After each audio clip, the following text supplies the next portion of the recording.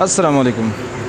पाकिस्तानियों, एक भाई साहब हैं जी आर्ट, आप लोग शायद नहीं भी यकीनन उसे जानते होंगे। अक्सर कुरान और हदीस का हवाला दे के बात करता है और ज़्यादातर इस्लामिक वीडियोस बनाता है। अल्लाह उसके इल्म में सेहत में बरकत दे। उसने एक वीडियो अपलोड की है और पूछा है लोगों से, वीडियो क्या है कि एक बंदा मोहम्मद मुस्तफ़ा सल्लल्लाहु ताला अलैहि वसल्लम का नाम सुन के वजद में आ जाता है, ऐसे झूमने लगता है और पता नहीं गिर जाता है, क्या करता है।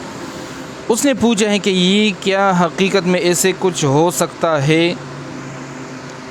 तो मैंने उस पर कमेंट्स किया था, ये दिखावा है और इस्लाम का इसके साथ कोई ताल्लुक़ नहीं है। एक भाई साहब आके मुझे कहते तुम मुसलमान भी हो। यानी सोचने की बात है कि इस बात से मुसलमान होने का क्या ताल्लुक़ है। एक बंदा मोहम्मद मुस्तफ़ा सल्लल्लाहु अलैहि वसल्लम का नाम सुन के ठीक है झूमने लगता है, होगी बहुत ज़्यादा मोहब्बत होगी उसको नबी अलैहि सल्लम से, जो सबको है, सारे मुसलमानों को है। लेकिन ऐसा जो तरीक़ा वो कर रहा था, गिर जाता है और झूम जाता है, ऐसा मेरे ख़्याल में इस्लाम में कुछ नहीं है। अगर होता तो सहाबा इसके ज़्यादा हक़दार थे कि उस पर वजद आ जाते। जो नबी अलैहिस्सलाम की आवाज़ सुनते, उसकी तिलावत सुनते, उसकी ज़ुबान से कुरान मजीद की तिलावत सुनते, सोचो कितना मज़ा आता होगा।